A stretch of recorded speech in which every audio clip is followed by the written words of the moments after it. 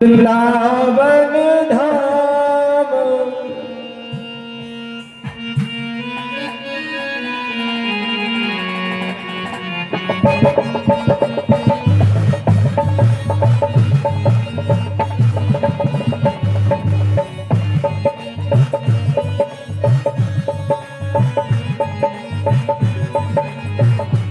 मन चले वृंदावन धाम राधे राधे गाएंगे।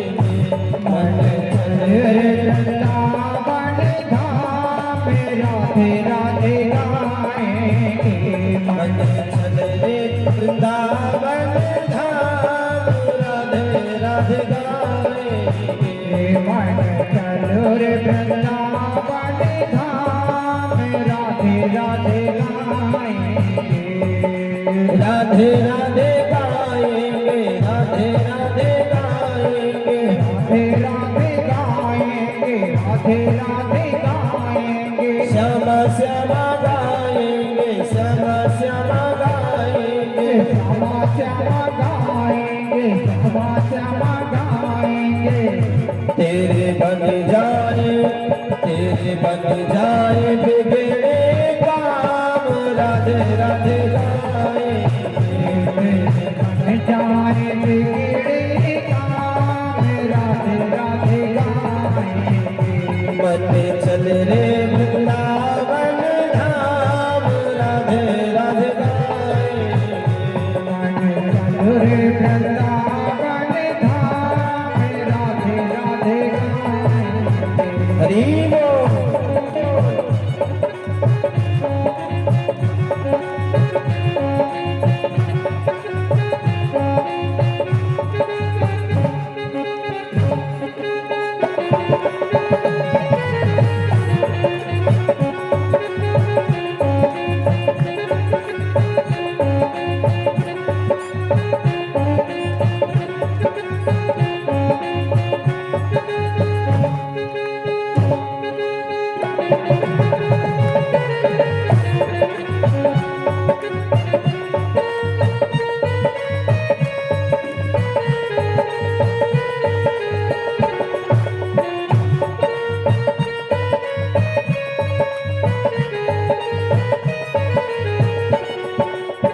वृंदावन में बांके बिहारी।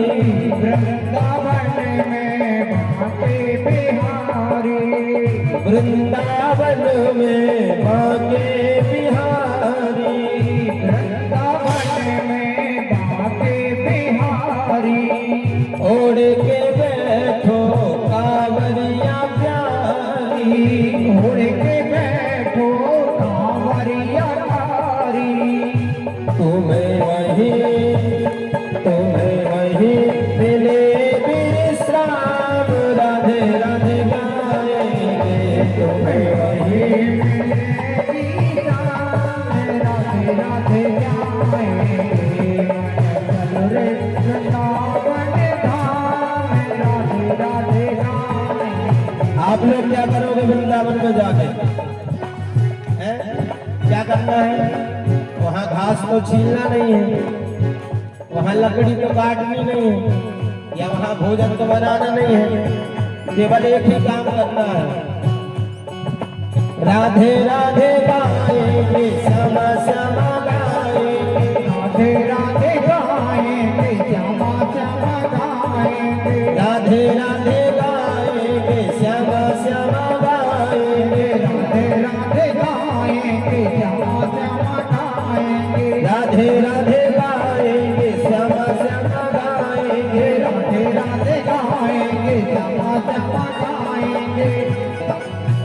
वृंदावन के वृक्ष को, वृंदावन के वृक्ष को मरण न जाने को।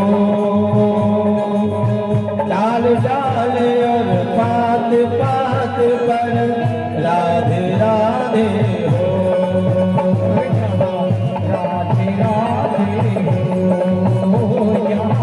राधे राधे हो। वृंदावन में यमुना की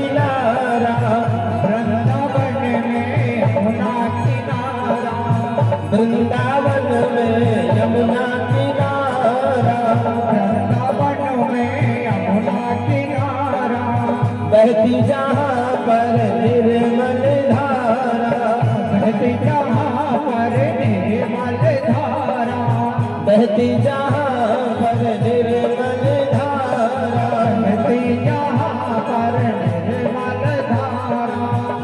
तुझे मिल जाए, तुझे मिल जाए, तुझे मिल जाए श्यामा श्याम राधे राधे गाए, तुझे मिल जाए श्यामा श्याम राधे राधे गाए, तुझे मिल श्यामा श्याम राधे राधे गाए। हरि बोल।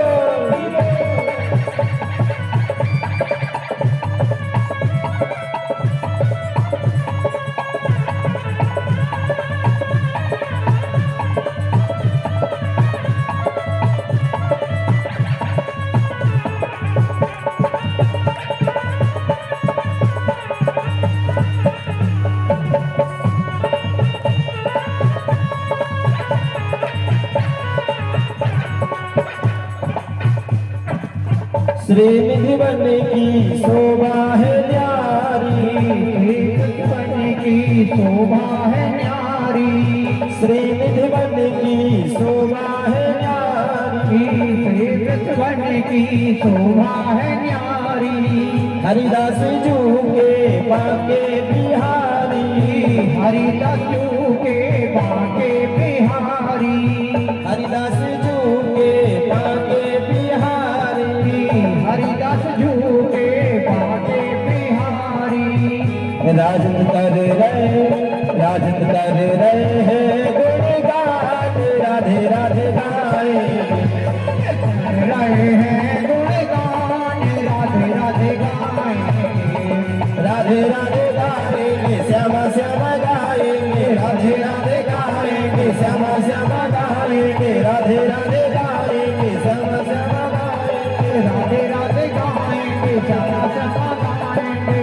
तुझे मिल जाए श्यामा श्याम राधे राधे गाएंगे, तुझे मिल जाए श्यामा श्याम राधे राधे गाएंगे, तुझे मिल जाए श्यामा श्याम राधे राधे गाएंगे, तुझे मिल जाए श्यामा श्याम राधे राधे गाएंगे। मन चल रे वृंदावन धाम राधे राधे गाएंगे, मन चल रे वृंदावन धाम राधे राधे गाएंगे।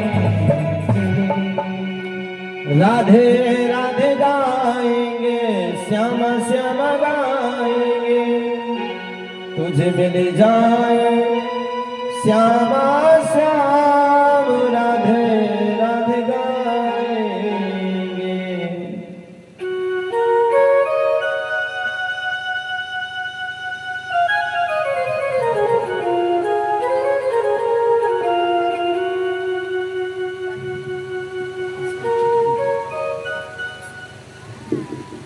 देखिए इसलिए भगवान का भजन जरूरी है। देखो तुम काहे उड़ रहे हो,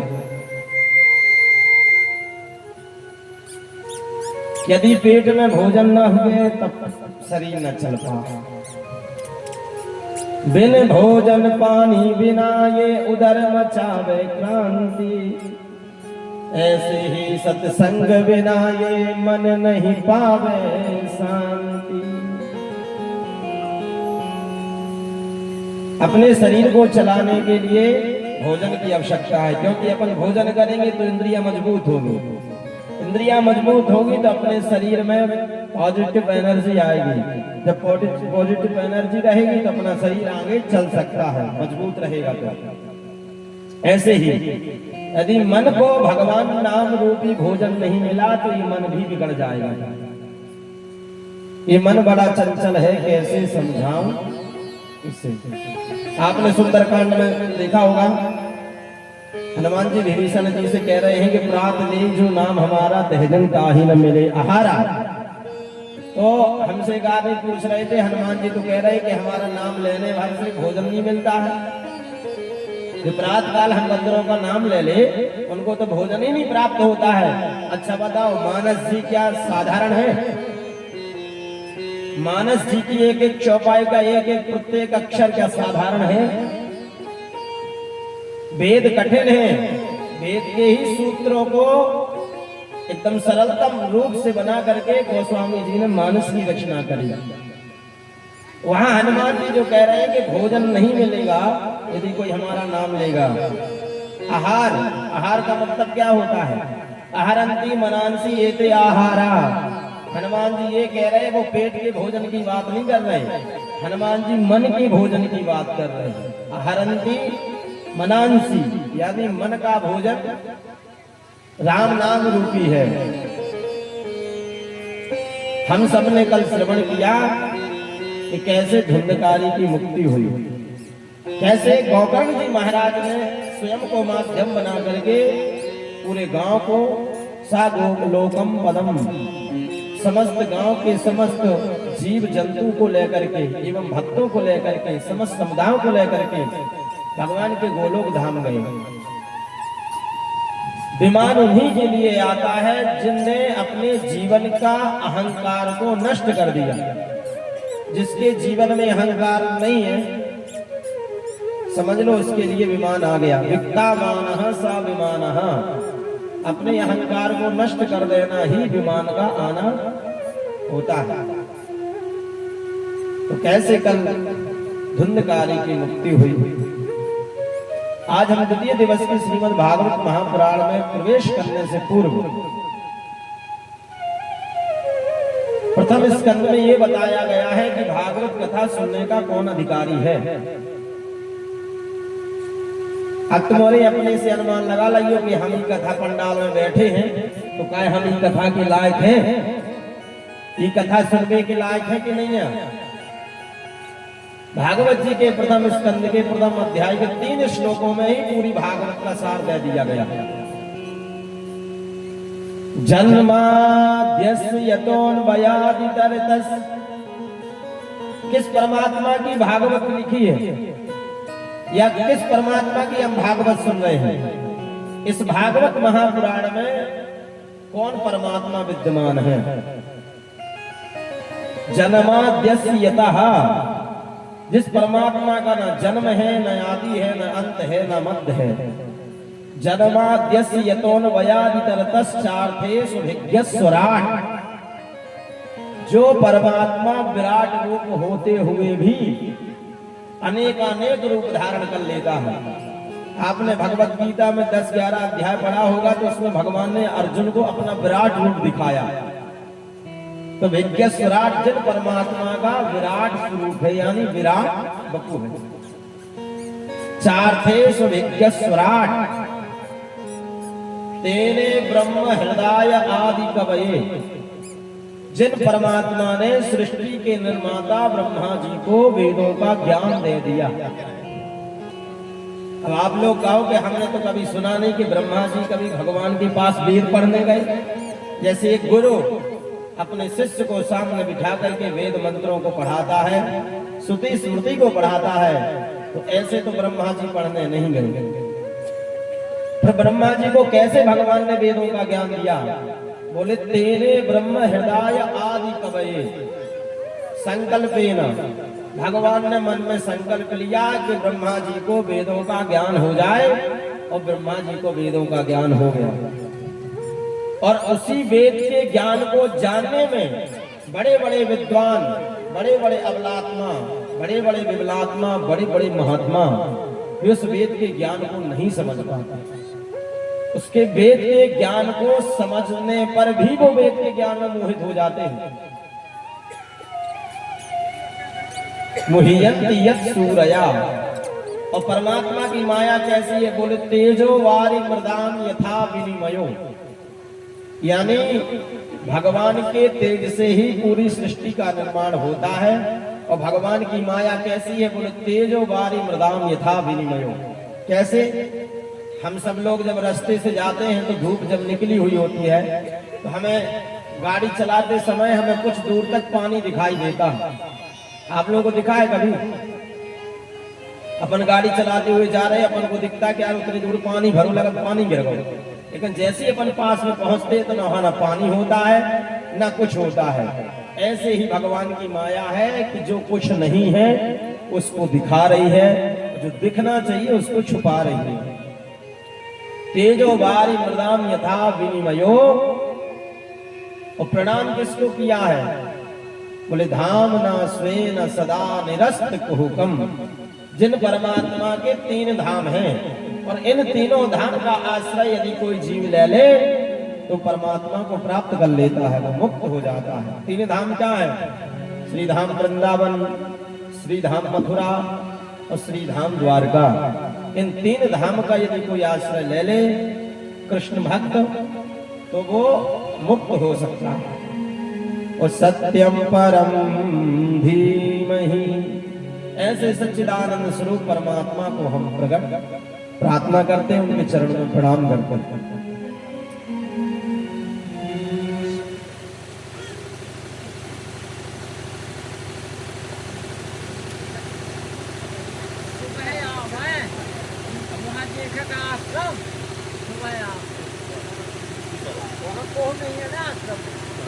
मगर 10 मिनट का दर्शन कराई मामला क्या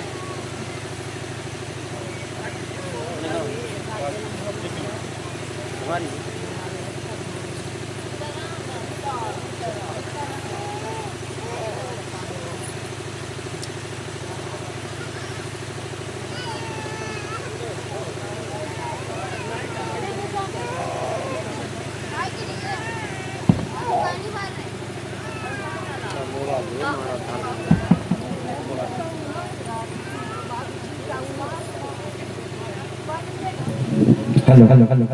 बोले बांके बिहारी लाल की।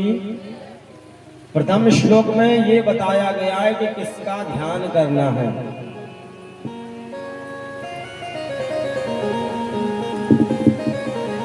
किसका ध्यान करना है? तो ध्यान करना है सत्य स्वरूप सच्चिदानंद स्वरूप परमात्मा का।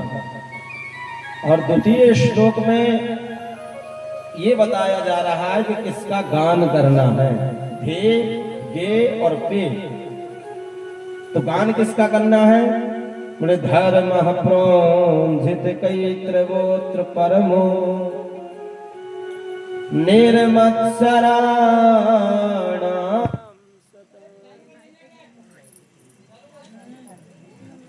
ऐसे में तो समय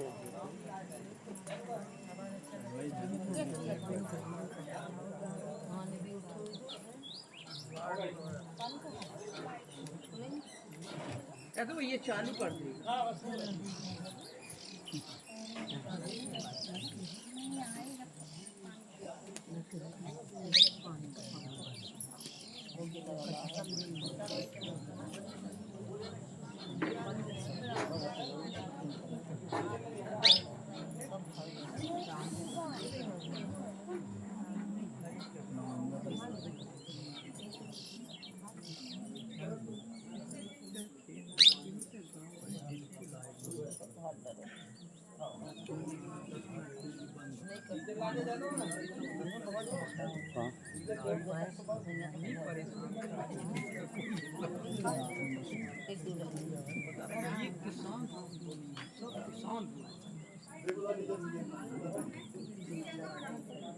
अब चलन दियो जनरेटर डीजल खत्म।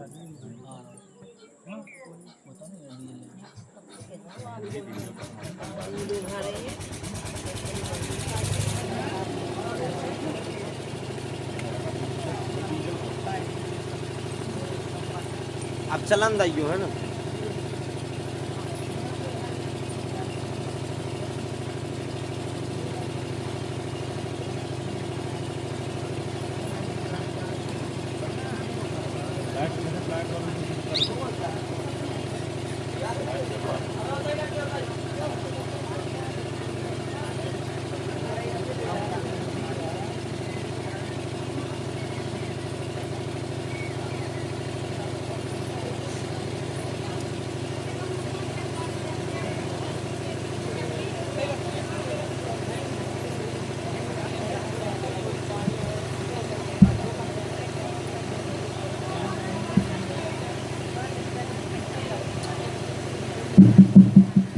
बोली बांके बिहारी लाल की, राधा रमन सरकार की। तो हम बात कर रहे थे द्वितीय श्लोक की। द्वितीय श्लोक में कहा गया धर्मः प्रोंझित कैत्र गोत्र परमो वेद व्यास जी महाराज ने इस श्लोक में 3 बार त्रात्रा का उच्चारण किया। जीवन में सतत धर्म का ही पालन करना चाहिए। और धर्म का पालन कैसे करें, धर्म को हम कैसे भजें? धर्म प्रोन्धित कई त्रिभूत परमो, किस प्रकार से? बोले निर्मत्सराणाम सताम, अपने आप को निर्मत्सर बना लेना। निर्मत्सर समझते हो कि जिसके हृदय में काम क्रोध मद लोभ ईर्ष्या द्वेष छल कपट ना हो, वो ही भागवत कथा सुनने का अधिकारी है। निर्मत्सराणाम सताम,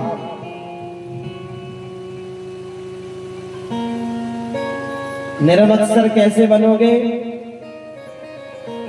यदि निर्मत्सर बन गए तो क्या होगा? बोले शिवदम तापत्रयोन्मूलनम, यदि निर्मत्सर होकर के भगवान की कथा को श्रवण करोगे तो तीनों तापों से जो जीवन में व्याधि लगी हुई है वो व्याधि हट जाएगी। और कथा सुनने के बाद क्या होगा? बोले शिवदम तापत्रयोन्मूलनम, तीनों तापों का मूलन हो जाएगा और तुम्हारा कल्याण हो जाएगा। निर्मत्सर कैसे बने? देखो आप बता दें, आजकल निर्मत्सर कंचन तजना सहज है, सहज प्रिया का नेह है। और जी के अंदर जी वालों मच्छर बैठो हो अंदर, मान बढ़ाई ईर्षा दुर्लभ तजना दे।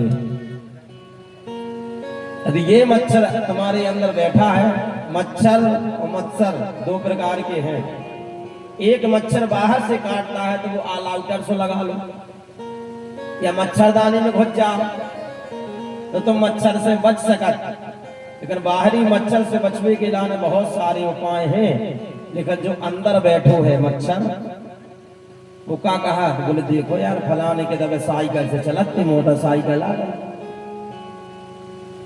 फिर अंदर को मच्छर और खतरनाक डंक मारा थे। बोले देखो रे अभी एक झोपड़िया में रहा थी, 2 मंजिल घर ठुक गओ, अभी भाड़ा में लगा हुई है, कहूं से माल पानी में लगा हुआ है।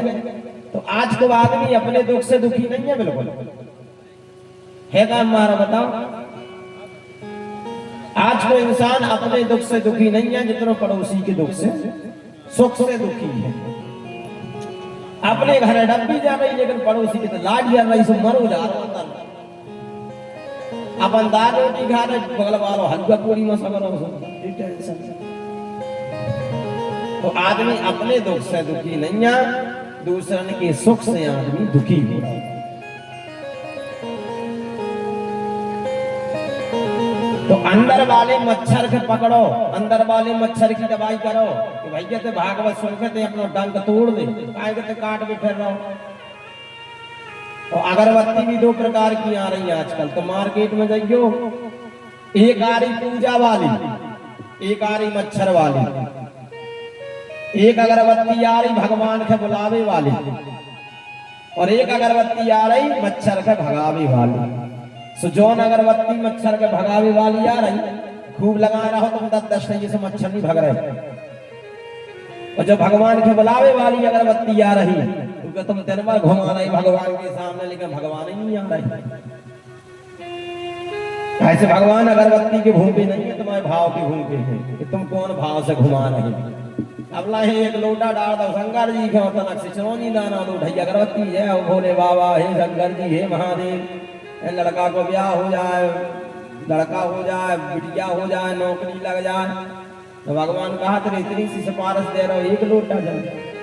आजकल एक कहावत भी चल रही, 1 लोटा जल सभी समस्याओं का हल। लेकिन जब मन में भरा है छल, तो कैसे होगा 1 लोटा जल से हल? इसलिए निर्मत्सर बन जाओ। निर्मत्सर बन जाओगे तो भगवान कृपा करुणा करेंगे। भे 33 श्लोक में बताया जा रहा है पे क्या करना है। भे गे और पे पीना क्या है जीवन में? तुम लोग खूब पिया, देखो शरबत, कोको कोला, दूध, लस्सी, चाय। लेकिन भागवत रूपी जो रस है वो कैसा है? भागवत क्या है? ये तृतीय श्लोक में बताया गया कि निगम कल्प तरोर गलितम फलम।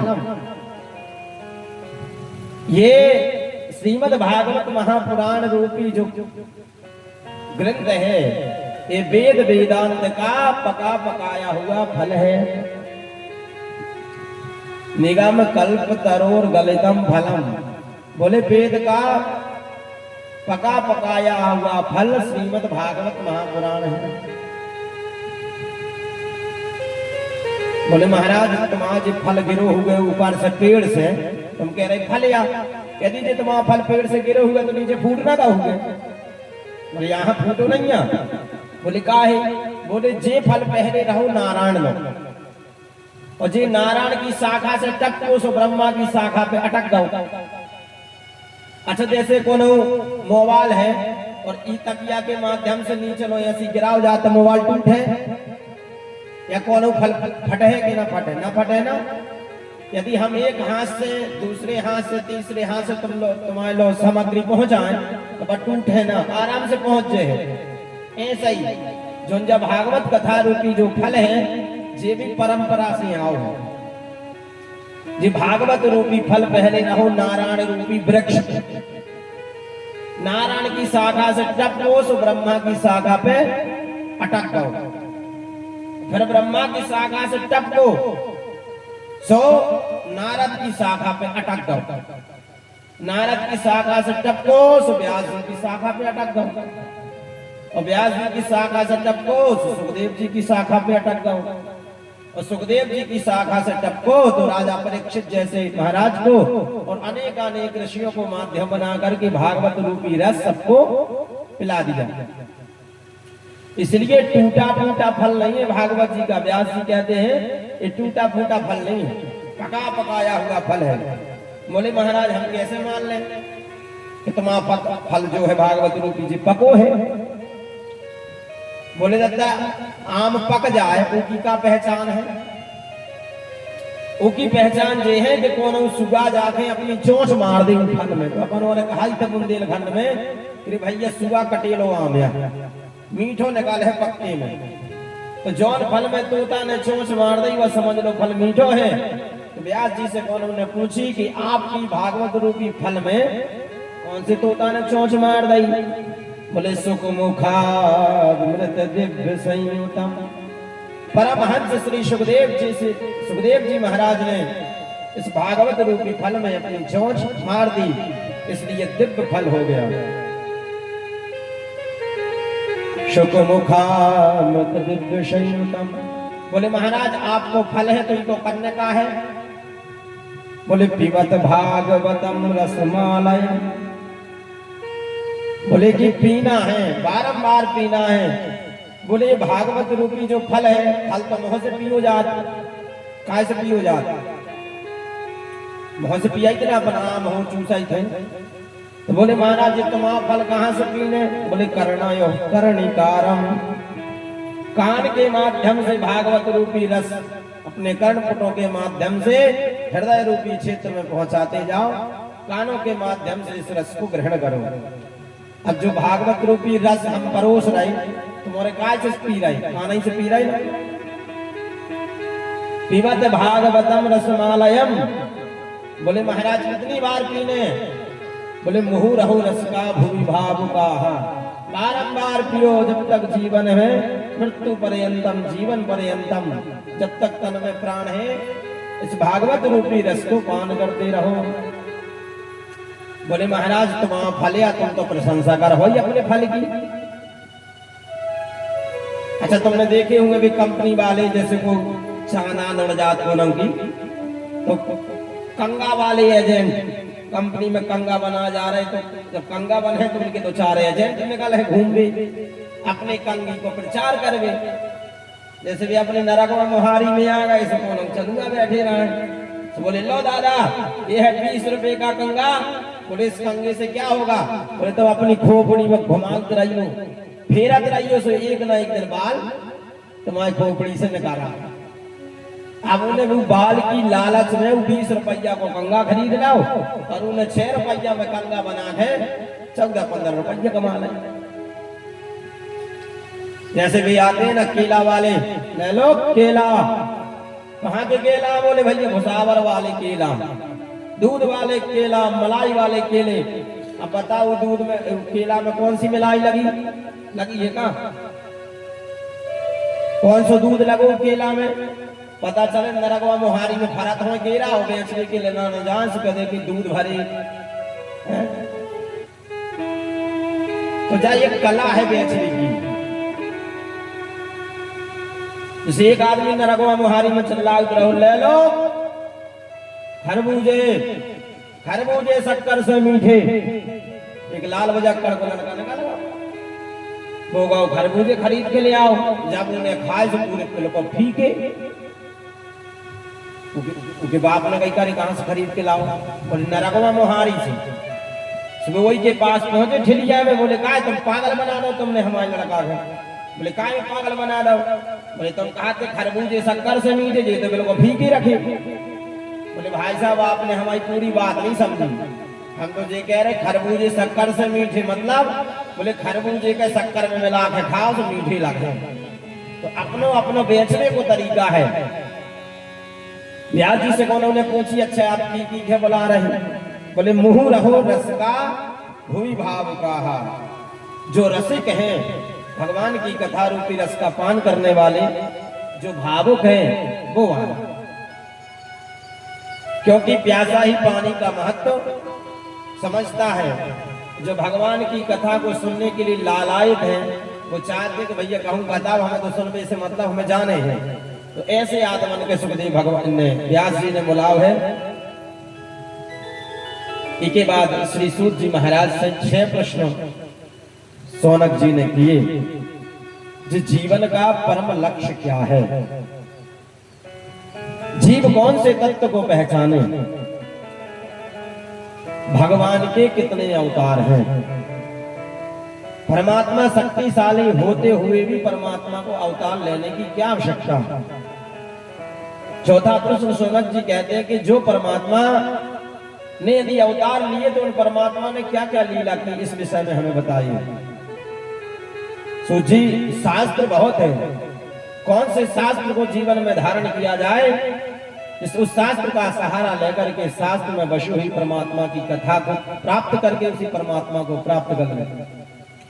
छठवां प्रश्न, जब परमात्मा इस संसार को छोड़ करके चले जाते हैं तो धर्मः कं शरणं गतः, धर्म किसकी शरण में जाता है? सूत जी महाराज प्रसन्न हो गए और कहते हैं सौनक जी सुनो, इन प्रश्नों का उत्तर तो मैं दूंगा ही। पहले मैं अपने गुरु को प्रणाम करूं। आपके गुरु कौन है? बोले श्री सुखदेव भगवान। अच्छा, आपके गुरुदेव की क्या विशेषता है? बोले हमारे गुरुदेव की विशेषता है कि उन्होंने संसार के कल्याण के लिए एक ऐसा दीपक जलाया है, उस दीप के प्रकाश की छत्र छाया में रह करके जो जीव रहेगा उसका कल्याण होगा। यस्वानुभावमखिल श्रुति सारमेका अध्यात्म दीपमति तमोन्धम संसारिणां करुणयाः पुराण गुह्यम् तम व्यास सोनुमुपयामि गुरुं मुनीनां। जिन्होंने करुणा करके अध्यात्म का दीप जलाया, ऐसे सुखदेव भगवान को प्रणाम करते हैं। और यही सुखदेव भगवान जो माँ के गर्भ में 12 वर्षों तक रहे, गर्भ से बाहर निकलते जिन्होंने वनवास को स्वीकार किया, जो ब्रह्म की समाधि में लगे हुए थे। लेकिन व्यास जी महाराज ने पाराशर या महादोगी, पाराशर जी के पुत्र श्री व्यास जी महाराज ने जब 70 पुराणों की रचना करी, लेकिन मन को संतोष नहीं हुआ। नारद जी महाराज ने जाकर के ज्ञानोपदेश किया, अपना पूर्व जन्म की घटना सुनाई और श्रीमद् भागवत महापुराण का उपदेश दिया। और जब व्यास जी ने श्रीमद् भागवत महापुराण की रचना करी, रचना करने के बाद उनने सोचा कि इतना दिव्य सुंदर ग्रंथ किसको पढ़े, क्योंकि भागवत का तो एक नियम है कि निर्मत्सराणाम सताम, जो निर्मत्सर हो गया हो, जिसके अंदर काम क्रोध ना हो, वही इस कथा को पढ़ने का अधिकारी है। तो सुखदेव भगवान के तो जन्म से ही कोई काम वासना उनके अंदर नहीं थी, कोई आसक्ति नहीं थी, कोई क्रोध नहीं था। इसलिए सुखदेव भगवान को ढूंढने के लिए 2 विद्यार्थियों को भेजा और कहा जाओ यह सुंदर सुंदर श्लोकों का गुणगान करना। सुखदेव भगवान ब्रह्म की समाधि में बैठे थे। एक विद्यार्थी गया, उन्होंने एक श्लोक का गुणगान किया। पहले भगवान के स्वरूप का वर्णन है, दूसरे श्लोक में भगवान के स्वभाव का वर्णन है। भगवान कैसे हैं? बरहा पीडम नटवर वपुः कर्णयो कर्णिगारम रंधान वेणोरधर्षदया पूरयन गोपवृंदै। ऐसे भगवान के जब स्वरूप का वर्णन सुना तो सुखदेव जी ने सोचा रे गोरे नारे तो है, अच्छे हैं, अच्छी वेणु वादन कर लेते हैं, लेकिन पता चले हम उनके पास जाए तो नहीं आलो, कन्हैया हमें पहचाने ही नहीं। तो सुखदेव भगवान उठे तो फिर वापस बैठ गए। इतने में दूसरे विद्यार्थी ने एक श्लोक का गुणगान करना प्रारंभ कर दिया। उन्होंने कहा कि केवल भगवान स्वरूप ही भगवान का अच्छा नहीं है, भगवान का स्वभाव ही अच्छा है। अहो बकीयम स्तन काल कूटम जिंगासयाया पयदाप साध्वी। बकासुर की बहन पूतना जो अपने स्तन में कालकूट नामक विष लगाकर आई थी, जो परमात्मा भगवान श्री कृष्ण को मारने की भावना से आई थी, लेकिन भगवान ने उसके साथ क्या किया?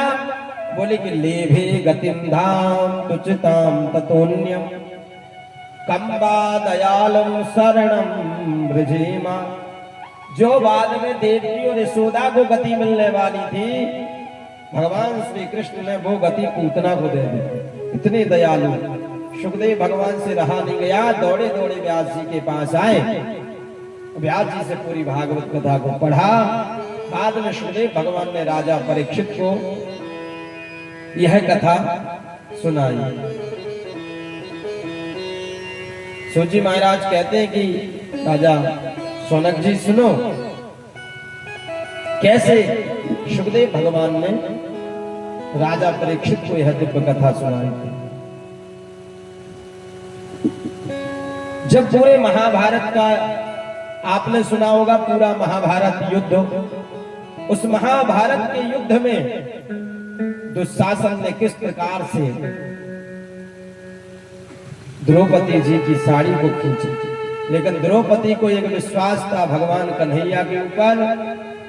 जब दुशासन साड़ी खींच रहा था और सभा के सभासद सभी मौन थे, एक से एक धुरंधर बलशाली विद्वान योगी पुरुष, बड़े बड़े महात्मा जितने सभासद विराजमान थे, कोई द्रौपदी को बचाने नहीं आया।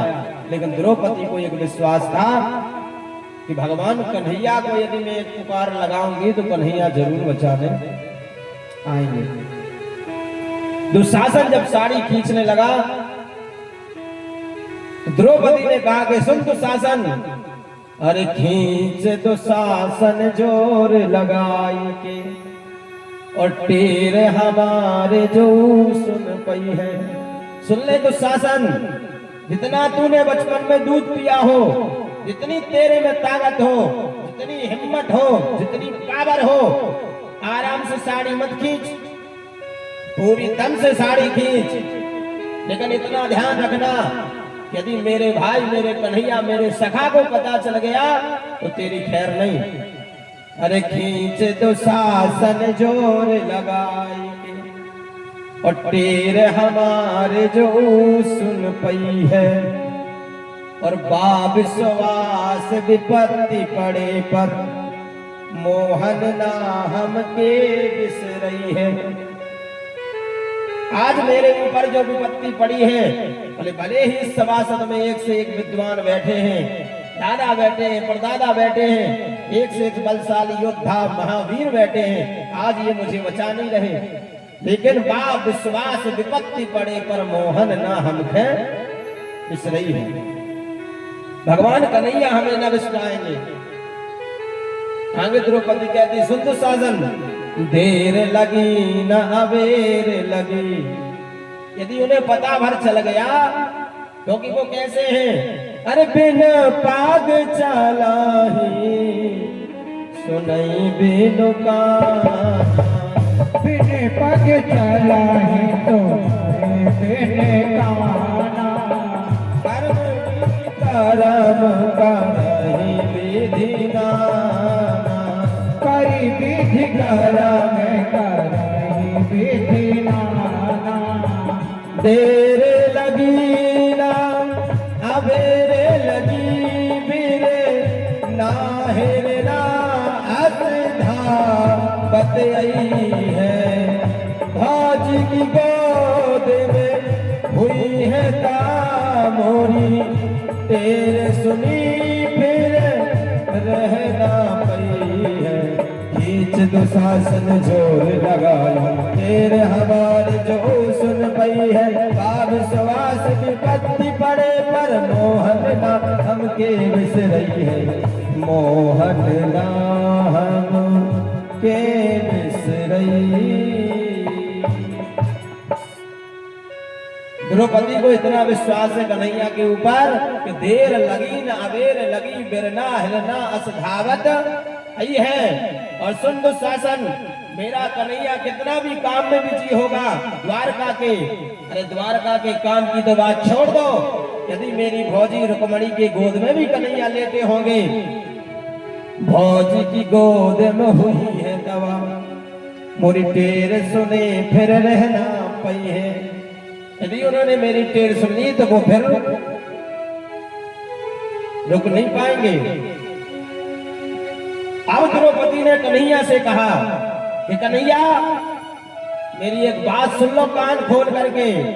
गाढ़े में जो बिसरई है हरी, यदि आज विपत्ति के समय तुमने मुझे बिसरा दिया, यदि तुमने मेरी सहायता नहीं की, यदि तुमने मेरी रक्षा नहीं की, तो हर बहन का अपने भाई से विश्वास उठ जाएगा। लोग बाद में यही कहेंगे अरे द्वारकाधीश भगवान की बहन थी द्रौपदी, कि बताओ द्वारकाधीश अपनी बहन की लाज नहीं बचा पाए। इसलिए कन्हैया संसार में भाई बहन के रिश्ता में कलंक लग जाएगा। कोई बहन अपने भाई पर विश्वास नहीं करेगी। गाढ़े में जो बिसरई वहरी, तब जात हंसे हम बोलब नाही। यदि आज तुमने हमें विसार दिया तो तुम हमसे बोलोगे बात करोगे, फिर भी हम तुमसे बात नहीं करेंगे। तू बहिना बहिना कहिवा, पर नाता कभू हम जोड़ब नाही। तुम खूब कन्हैया हमसे बहन करते रहना, दीदी कहते रहना, सिस्टर कहते रहना, लेकिन कन्हैया हम अपने तरफ से तुम्हारे लिए भाई का नाता नहीं तोड़ेंगे, जोड़ेंगे।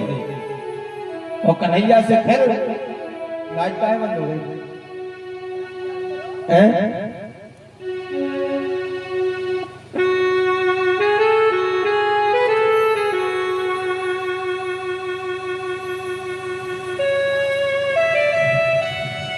तूफान आ गया।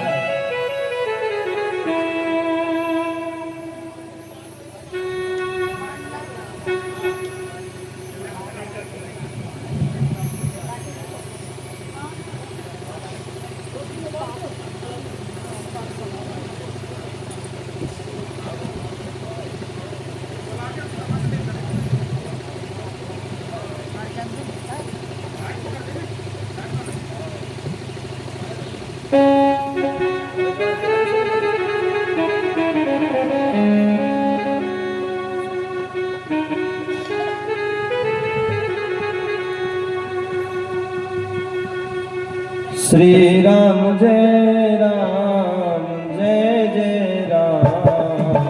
श्री राम जय राम जय जय राम। श्री राम जय राम जय जय जय राम। सावन में तुहे बांधे जरी, जब रक्षाबंधन आता था पहले ये राखियां नहीं चलती थी, आज जो मार्केट में चल गई है। तो पहले सावन में 1 महीना पहले से जरई बांधी जाती थी, वो जरी बांधी जाती थी रक्षाबंधन के दिन।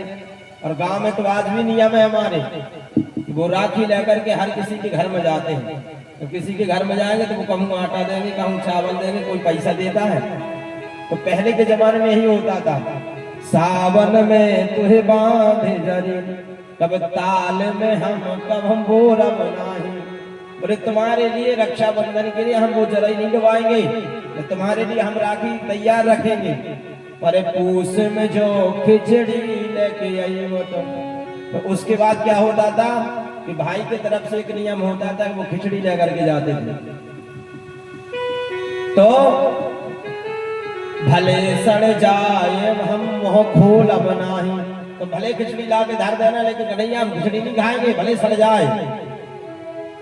अब कन्हैया के कान में टेर गई और कन्हैया ऐसे दौड़े, समझ लो यदि भगवान निराकार ना हो तो ये चौपाई केवल भगवान कन्हैया पर ही सेट होती है कि नहीं। बिन पग चलही सुनई बिनु काना, अपने देखो आवाज देखो द्वारका में सुन रहे हैं। उस समय तो फोन भी नहीं चलाते कि टेलीफोन चला तो घर में, लेकिन द्रौपदी ने हस्तिनापुर से आवाज लगाई और कन्हैया के वहां कान में पहुंच गई। अरे आगे से चीड़ बढ़े नभते, अब जैसे चीड़ बढ़ता गया और पिछवा तेरे दौड़े रे मुरारी। आज ये मान लो कि कन्हैया के कर्णपुटों में आवाज गई तो कन्हैया वहीं से दौड़ पड़े। जब कन्हैया दौड़े तो कन्हैया ने अपना दूसरा विग्रह स्वरूप साड़ी की ही वारिस कर दी। ये मोल भगवान ने साड़ी का क्यों चुकाया? क्योंकि जब अग्र पूजा हो रही थी, जब शिशुपाल का भगवान ने वध किया तो भगवान कन्हैया की एक उंगली को सुदर्शन से थोड़ी कट गई थी। द्रौपदी ने अपनी साड़ी फाड़ करके वो पल्लू बांध दिया था। कन्हैया ने कहा चिंता मत करो, पत्रम पुष्पम फलम तो में भक्ति अपने, और जो भक्त मुझे जिस भाव से जो कुछ चढ़ाता उसका दुगुना करके उसे प्रदान करता हूं। तो आज भगवान ने इतने से पल्लू के लाने भगवानी पूर्व दूसरा रूप साड़ी के रूप में परिवर्तित हो गए। जब चीर बढ़े न तबोला दुर्योधन, जब साड़ी खींचत खींचत परेशान हुआ तो दुर्योधन बोलो दुशासन से, अरे चीर बढ़े न तबोला दुर्योधन, अरे खींच दुशासन जोर लगाई के। दुर्योधन बोला कहा दुशासन थक गए का तेरा जोर मारो। तो द्रौपदी हंस के बोली, इतना सुन द्रौपदी हंस बोली, तू ही अपने बबुआ को बुला ले। द्रौपदी कहते सुन ले दुशासन और सुन ले दुर्योधन, ते अभी आंखें खींच ले और तो पे ना खींचे से दोनों जो अंधरा बाप बैठो है धृतराष्ट्र, उसे भी कह दे कि ते अभी आंखें खींच ले मोरी साड़ी, कैसे मर्यादा तो बची नहीं है कछु। तो भगवान ने ऐसे द्रौपदी की रक्षा करी थी। बाद में आप सबको पता ही है बहुत ही विशाल महाभारत हुआ था, और ऐसा महाभारत जो आज तक ना हुआ ना कभी होगा। अथ श्री महाभारत कथा, अथ श्री महाभारत कथा, आज तक न ऐसा महाभारत हुआ न भविष्य में कभी होगा। पूरे महाभारत में भगवान ने सबका अंत किया, अर्जुन को माध्यम बना करके, पांडवों को माध्यम बना करके, लेकिन जब दुर्योधन की झंगा भीमसेन ने तोड़ दी तो भगवान ने कहा आज विजय की रात्रि है, तो भगवान सबको ले गए। बाद में अश्वत्थामा ने 5 पांडवों के पुत्रों को अंत किया, दुर्योधन की मृत्यु हुई। बाद में अर्जुन ने अश्वत्थामा को पकड़ा और मणि छीन करके उसे मुक्त किया, और भगवान ने कहा कि देखो बहुत दिन हो गए हमको रहते हुए, अब द्वारका जाना है। भगवान रथ पर चढ़े हैं, एक पैर नीचे एक मुद्रिका ऊपर है। इतने में अश्वत्थामा ने बदला लेने के लिए अभिमन्यु की पत्नी उत्तरा के गर्भ को नष्ट करने के लिए ब्रह्मास्त्र छोड़ दिया। उत्तरा दौड़ी दौड़ी गई और भगवान के चरणों में गिर गई। भगवान से कहने लगी, पाहि पाहि महायोगिन देव देव जगत्पते नान्यं त्वद्भयं पश्ये यत्र मृत्युः परस्परम्। हे कन्हैया, हे द्वारकाधीश, भले मेरी मृत्यु हो जाए लेकिन मेरे घर में जो पल रहा है पांडवों का चिराग, इसकी आप रक्षा करो। कन्हैया बोले, बड़ी गड़बड़ बात है, जब तुम बचो तब वहीं तो गर्भ बचे। किसी ने उत्तरा से पूछा, उत्तरा एक चीज बताओ, तुम्हारे तो वहां 5-5 ससुर बैठे रहे, तुम इस ससुर के पास काहे नहीं रक्षा की गुहार लगा? बोले कि हम आई। सास ने हमें बताओ कि भैया हमारे ऊपर भी एक बार विपत्ति आई कि पूरे सभा में बैठे रहे, कोई बचा भी नहीं। आओ, पांडव भी बैठे रहे, कौरव भी बैठे रहे, कोई नहीं बचाओ। इसे तुम्हें कभू विपत्ति आए तो तुम भगवान के चरण में जाइए। भगवान ने अंगुष्ठ मात्र रूप धारण करके ब्रह्मास्त्र को शांत किया और उत्तरा के घर में भगवान प्रविष्ट हुए।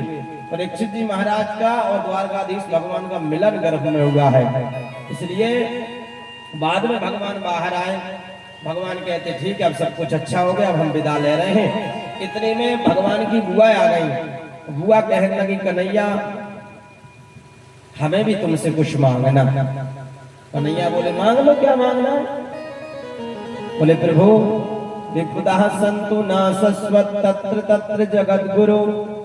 हे जगत गुरु कृष्ण, हम आपसे केवल इतनी चीज मांगते हैं कि संसार की जितनी विपत्ति है वो मुझे मिल जाए, संसार का जितना दुख है वो मुझे मिल जाए, संसार का जितना कष्ट है कन्हैया वो मुझे मिल जाए।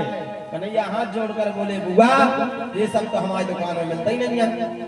और बुआ अभी इतने कौरव जैसे भव सागर में तो फंसी नहीं, तुम्हारे पुत्र फंसी रहे, पता ही नहीं रहो कि कौन दुश्मन है या कौन शत्रु का। पर्यावत के तो ये दुख से तुम बाहर निकली, काहे दुख मांग रही? तो बुआ कन्हैया से हाथ जोड़ के बोली, बुआ कन्हैया जब हमारे ऊपर विपत्ति आई थी, जब हमारे ऊपर दुख आओ तो भगवान हमारे संग खड़े रहे, द्वारकाधीश भगवान हमारे संग खड़े रहे। आज सुख आ गओ तो भगवान हमें छोड़ के जा रहे। कन्हैया ऐसे सुख को हम क्या कर हैं कि उस सुख के आवे के बाद भगवान ही हमारा घर छोड़ के चले जाए। इससे अच्छे तो दुख में कम से कम भगवान तो खड़े रहा। भगवान ने कहा ठीक है तो हम आ जाओ कैंसिल आई। भगवान रुक गए। एक दिन का भाव कि सबरे हंसते और रिश्तेदार रोकते, तो भगवान सकार पकड़ के ले गए सब पांडवन के भीष्म पितामह के पास। भगवान ने प्रणाम किया भीष्म पितामह को। भीष्म पितामह कहने लगे, हम आपका ही इंतजार कर रहे थे। बोले क्यों? बोले दद्दा जब तक हमें ते परे है ना, हमारी एक इच्छा है कन्हैया कि तुम ऐसे खड़े रहो। कन्हैया ने सोची कि इन्हें तो इच्छा मृत्यु को वरदान है, पता नहीं कब तक की ड्यूटी लग जाए, को तो 4-10 साल जाने को मना ही ना हो तो हम ऐसे खड़ी रही। कन्हैया ने तरक मन उदास कर लो। तो भीष्म पितामह बोले कि देखो उदास मत हो कन्हैया, एकदम प्रसन्नता भरे खड़े रहो तुम। भीष्म पितामह ने सबको उपदेश दो। भीष्म पितामह ने कन्हैया की स्तुति करी। और देखो स्तुति जो होत है वो इति से प्रारंभ कभू नहीं होत, लेकिन भीष्म पितामह पुष्प ताकर छंद के माध्यम से इति से प्रार्थना कर रहे हैं। इति मति रूपा कल्पिता विकृष्णा। भीष्म पितामह प्रार्थना कर रहे हैं कि प्रभु हमारी एक इच्छा है। बोले क्या? बोले हमारी एक भैया बिटिया है, वो बिटिया के लायक पूरे संसार में कोई ऊपर नहीं मिले। कन्हैया बोले दादाजी आप तो ब्रह्मचारी हो, जब बिटिया कहाँ से आएंगे? तो भीष्म पितामह कहने लगे कि देखो कन्हैया, यदि को ब्याह नहीं भाव का कन्यादान नहीं ले सकता, कोनो बिटिया गोद नहीं ले सकता।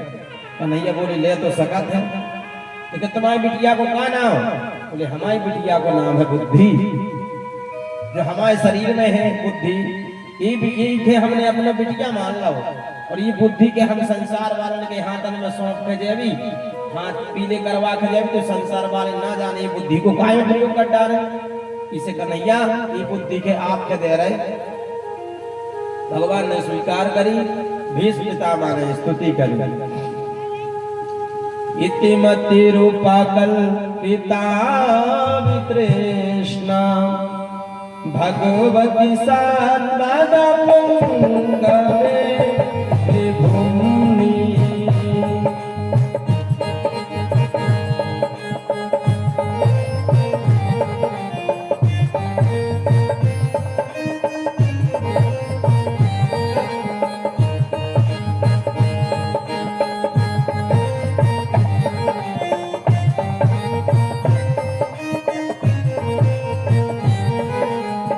सुखमुपगते क्वचिद्विहरतु प्रकृतिमुपे युष्य प्रवाह। इतिमतिरूपा कल्पिता वितृष्णा भगवती सात्वदपुंगवे त्रिभुवनी। इस प्रकार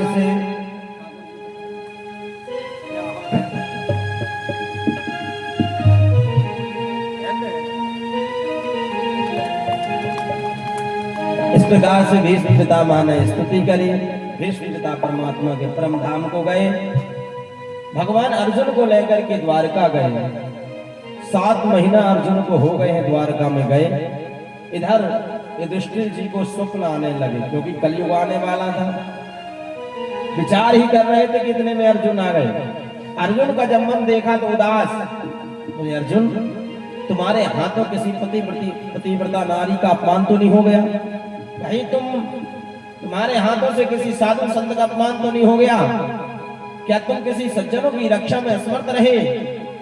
अर्जुन हाथ जोड़ करके रोते हुए बोले कि भैया वंचितो हम महाराजा हरणा बंधु रूपिणा और ये नम हम तेजो देवी स्मापहम महा।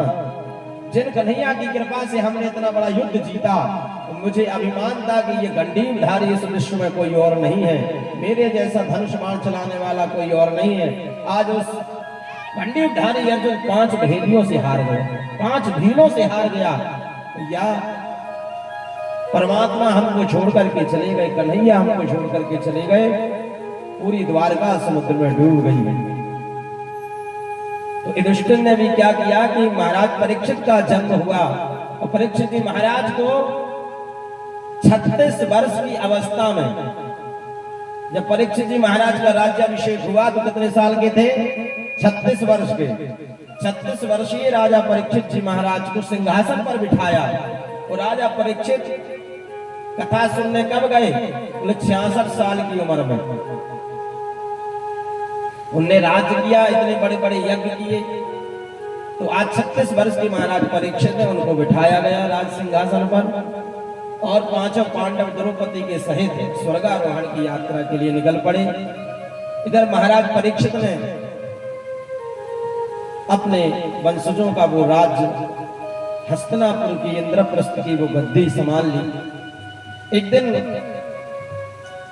महाराज परीक्षित जंगल के लिए निकले, हाथी घोड़ा सैनिक के साथ। जब निकले तो उन्होंने क्या देखा कि एक गैया खड़ी है और एक बैल के 3 पैर कटे हैं, एक पैर पे खड़ा है और ये काला काला पुरुष उसको मारने के लिए छड़ी लिए हुआ है। महाराज परीक्षित ने पूछा कस्तुम तुम कौन हो? बोले महाराज आप मुझे नहीं पहचानते, मैं कलयुग हूं।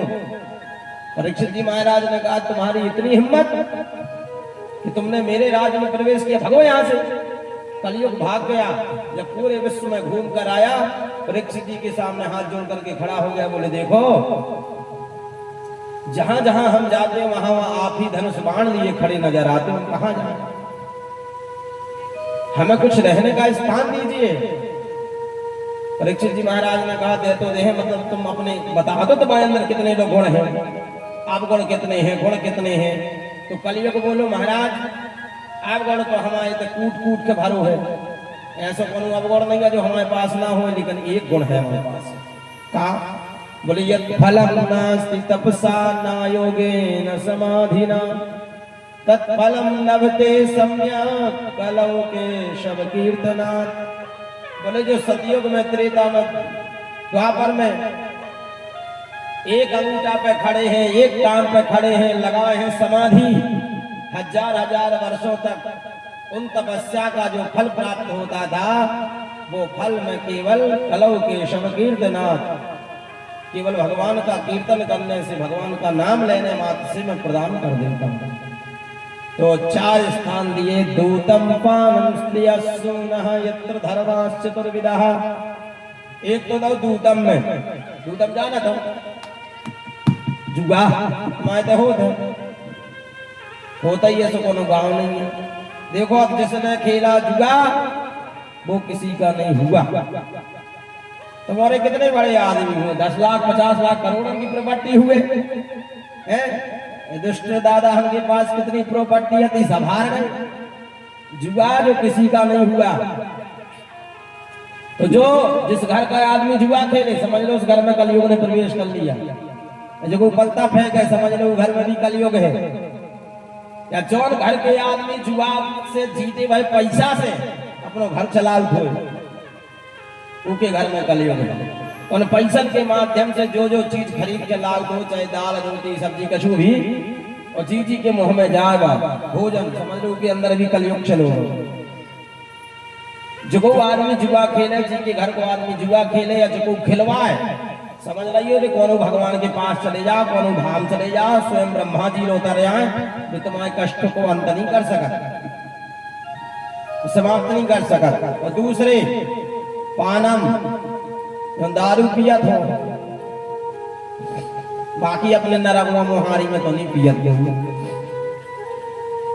मतलब इतने अच्छे आदमी, इतने सज्जन आदमी, इतने भोले आदमी कहाँ मिल है? वो तो समझ ही गए हुए आदमी के गुरु जी के है वो आचार है।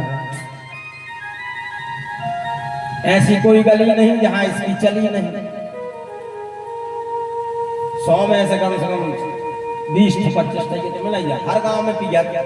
पानम, जौन आदमी दारू पिए, जौन घर को आदमी दारू बनाए, जौन घर को आदमी दारू को बिजनेस करे, या जौन बेचे, या बेचने के बाद कोई पैसा से खा, समझ लो वो घर में कलयुग आ गया।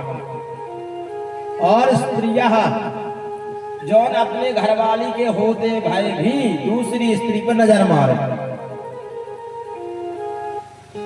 मतलब पराई स्त्री पर बुरी नजर रखने वाला जो रख रहा है, समझ लो उसके ऊपर भी कलयुग का प्रभाव है। भी अपने आप मिट जात, जरूरत ही नहीं पड़ा। स्त्रिया सूनम, जहां पर धर्म की, संत की, साधुओं की, गौ की, धर्म की हिंसा हो रही हो, वहां पर भी कलयुग है। और एक स्थान और दिया, बोले महाराज इतनी अब गुणहती हमारे पास, तो तुमने खराब खराब जगह में हमें स्थान दे दो। एक भैया तो गुण है, हम सब के लाने तो अच्छो कमरा दो भी आई थी। बोले तुम्हें काय में चाहना है? बोले दद्दा सोने में और मिल जाए। सोना है ना, सोना तुम्हारे जितने पहने हो जी, मंगलसूत्र घड़ी घड़ी अंगूठी पंगूठी, इस सोना में है कलयुग को वास। से तुम्हारे एक काम करियो, जितनो घरे हुए तुम्हारा सोनो रखो, वही अंगूठी जो सब जाके भागवत पे चढ़ा दियो, तो दोस्त वहां मिट गए है। हमारे ले जाए अपने घर भैंस ले, 2-4-10 लाख को हो जाए डेरा। तो कलयुग का वास सोने में है।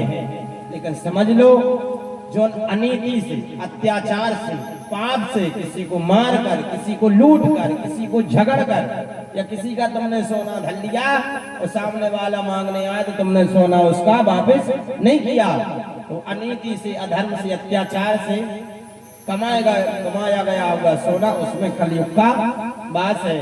ईमानदारी से, मेहनत से, अपनी लगन से, अपनी तरक्की से, उस पैसे के माध्यम से कमाया हुआ सोना, उसमें ठाकुर जी का वास है। इसलिए कोनो भी चीज ला भगवान के चरणों में रख दो, तो उससे दोष हट जाएगा। तुम्हारी निवेदित भोजन कराही,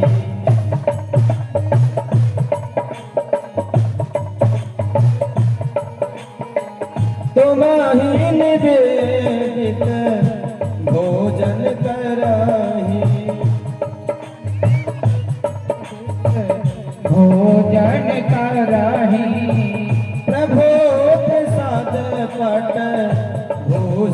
धरहि प्रभु प्रसाद पट भूषण धरहि तुम ही निवेदित भोजन करहि प्रभु प्रसाद पट भूषण धरहि भोजन करहि प्रभु प्रसाद पट भूषण धरहि श्री राम जय राम जय राम श्री राम जय राम जय जय राम। तो सोने में बास कलयुग का है और ठाकुर जी का भी है। उस सोने को भगवान के चरणों में, मूर्ति के चरणों में अर्पित कर दो, बाद में पहन लो तो समझ लो मैं ठाकुर जी को बास है। वापिस आए महाराज परीक्षित जैसे घर में आए तो एक दिन ये फिर निकले।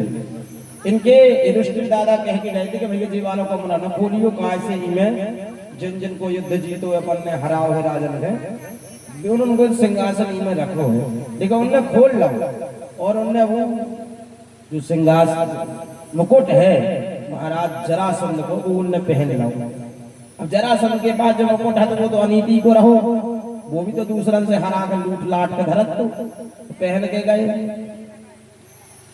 समीक ऋषि के आश्रम में पहुंचते वहां जाने के बाद उन्होंने क्या देखा कि पानी मांगा तो पानी नहीं दिया तो मरा हुआ सांप समीक ऋषि के गले में डाल दिया। जब वापस आए तो समीक ऋषि के पुत्र को पता चला कि किसी ने मेरे पिताजी के ऊपर सर्प डाल के चला गया, मेरे पिताजी का अपमान किया है। तो कौश की नदी में स्नान कर रहे थे सिंह ऋषि और वहीं से उन्होंने जल उठाया हाथ में और श्राप दे दिया कि जिसने भी मेरे पिता का अपमान किया है चाहे वो कोई भी हो, आज से सप्तम दिवस उसे तक्षक नाग डसेगा और उसकी मृत्यु हो जाएगी। इति लंघित मर्यादा तक्षका सप्तमे हनिहि तदन्ध्यात्संकुलंहारम चोदितो में ततद्रुतम। और जल उठा करके फेंक दिया। महाराज परीक्षित को श्राप लग गई। जैसे ही घर पहुंचे और जब सिंह ऋषि समीक ऋषि के पास आया, सब कुछ बताया। सिंह ऋषि की बात सुनने के बाद समीक ऋषि ने अपने एक शिष्य को भेजा, महाराज परीक्षित को बताया। महाराज परीक्षित ने अपना मुकुट उतार करके अपने पुत्र जन्मेजय को सौंपा और वापस आ गए गंगा जी के पावन तट पर। जैसे ही गंगा जी के पावन तट पर आए तो अनेक ऋषियों को पता चला कि महाराज परीक्षित को श्राप लगा है और सप्तम दिवस इनको मरना है। तो सारे संत महात्मा ऋषिगण एकत्रित होने लगे। भृगो वशिष्ठस्य मनस्य गौतमो मेघातिथिर्देवन देवरातौ। अनेक ऋषियों पर उपस्थित हुए, अनेक ब्राह्मण विप्र वहां पर उपस्थित हुए और सबसे महाराज परीक्षित पूछ रहे हैं कि मेरा बड़ा सौभाग्य है कि किसी की मृत्यु का समय आए और उनके पास संत पहुंच जाए तो समझ लो उसका उद्धार निश्चित है। महाराज परीक्षित ने पूछा, म्रियमाणस्य किम कर्तव्यम, जिसको 7 दिन में मर जाना है या जो म्रियमाण मनुष्य हैं उन्हें अपने कल्याण के लिए क्या करना चाहिए। अब राजा परीक्षित का अकेला प्रश्न नहीं, हम सबको 7 दिन में मरना है कि नहीं। अपन 7 दिन में मरने वाले हैं, सोमवार मंगल बुध गुरु शुक्र शनि फिर रवि। अपन 7 ही दिन में जन्म नहीं पता चले सोमवार का जन्म भाव और बोले कि सोमवार के निपट गए, मंगलवार का जन्म लो पता चले शनिवार के निपट गए। तो 7 दिन में जीव जन्म लेता है, 7 दिन में बड़ा होता है और 7 दिन में हर कार्य करके 7 दिन में राम नाम सत्य हो जाता है। देखो कम से कम राजा परीक्षित को इतना तो मालूम है कि मेरे मृत्यु के अभी 7 दिन बाकी हैं। हम सबको थोड़ी ना मालूम है कि कब मरना है किसको। पता चले अब कथा का रखे जाओ, पटक जाए, बढ़ा जाए, इसे कोई भरोसा नहीं है। इतना सोच ही रहे थे कि इन्होंने क्या देखा, एक दिगंबर जिनके शरीर पर एक लंगोट भी नहीं है। ऐसे श्री शुकदेव भगवान पधार रहे हैं। दिगंबरम भक्त विकीर्ण केशम शनम बाहु समरोक्त भामम, जिनका वक्षस्थल बड़ा है, जिनके घुंघराले बाल हैं। ऐसे श्री शुकदेव महाराज आज पधारे और बड़े भाग जब जानिए जब मिलवे आवे संत, संतन को मिलबो करे सब कष्टन को। महाराज सुखदेव भगवान जैसे पधारे, सुखदेव भगवान को बिठाया, जैसे बैठे ही इतने में परीक्षित जी महाराज ने प्रश्न कर दिया, अतः पृच्छामि संसिद्धिम योगनानाम परमं गुरु पुरस्य हेतुकार्यं क्रियमाणस्य किम कर्तव्यम। महाराज परीक्षित ने आते ही प्रश्न किया, जैसे सुखदेव भगवान बैठे। किसी ने परीक्षित जी महाराज से पूछा, अरे कम से कम कौन हुआ आओ है तुम्हारे घरे, कम से कम पांव धवा दो, पांव धवा दो, पानी पिला दो, चाय नाश्ता करा दो। अब जब तक आज के भर बैठे सुखदेव जी, तो तुमने प्रश्न कर दो आता ही। तो परीक्षित जी बोले, देखो अपने पास टाइम है नहीं कि हम माला डालें, घंटा घड़ियाल करेंगे, पांव धूप